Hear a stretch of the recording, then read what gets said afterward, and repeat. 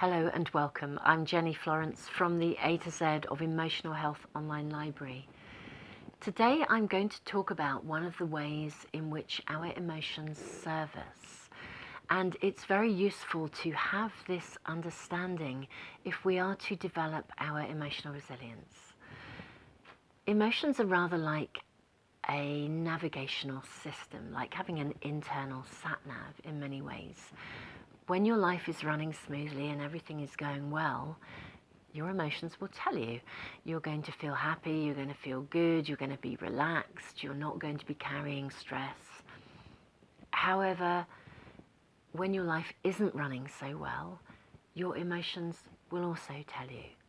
They're giving you information. And even if something really big happens, let's say we lose someone that we love, a bereavement is a very classic example of an emotional journey.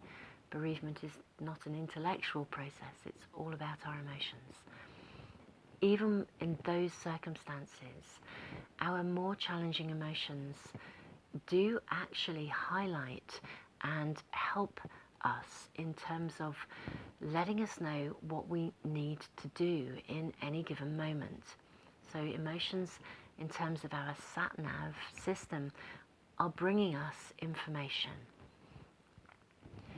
In the example I just gave, in terms of bereavement, when we lose someone that we love, we really need to look after ourselves. And our emotions will help us to gauge how quickly we can really get back on our feet. You know, when we are ready to actually begin to negotiate life in a full-time kind of way again.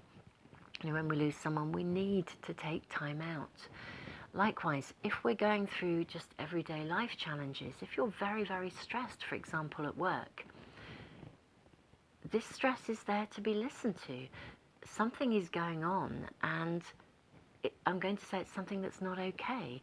You know, are you working excessive hours? Are you being put under pressure? Are you feeling obliged to work overtime and not be paid? You know, are you being treated with respect? You know, your feelings are letting you know something. Your emotions are letting you know that something isn't right.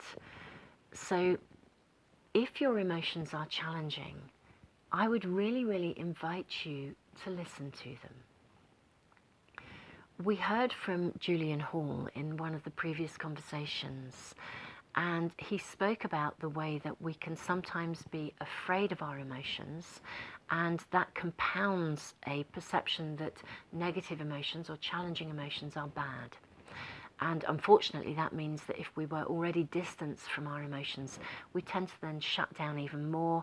And all that will happen is that that will contribute in feeding a problem, because we shut down feelings, we distance ourselves, and they build up and stack up yet again. And it means we're never really attending to the situation that's causing those emotions in the first place.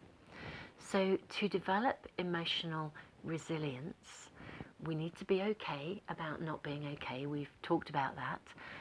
And we need to try to learn to listen to our emotions.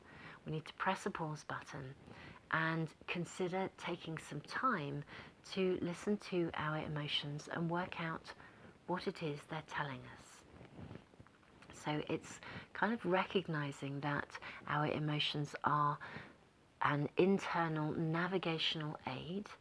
They're there actually to help us to make appropriate decisions depending on the things that are going on in our lives. And they're there to help us. And if we respond to them appropriately, they kind of get dispersed. They don't hang around. It's the residue. When we talk about having emotional baggage, that generally means that we experience some challenging emotions, and rather than listening to them and being able to work through that and move forwards on the basis of that information, actually we kind of didn't listen, and maybe we're still repeating a pattern, or we got stuck in a particular situation, and therefore we're stuck in some way with an emotional sort of legacy that's actually connected to the past. That's all I'm going to talk about for today in terms of emotions being a SatNav system, but I will do a follow-up to this video tomorrow and bring a little bit more depth and insight, along with some tools as to how we can approach our ability to listen to our emotions when they are feeling particularly negative or challenging. Thank you for joining me today. Together, we really can make a difference.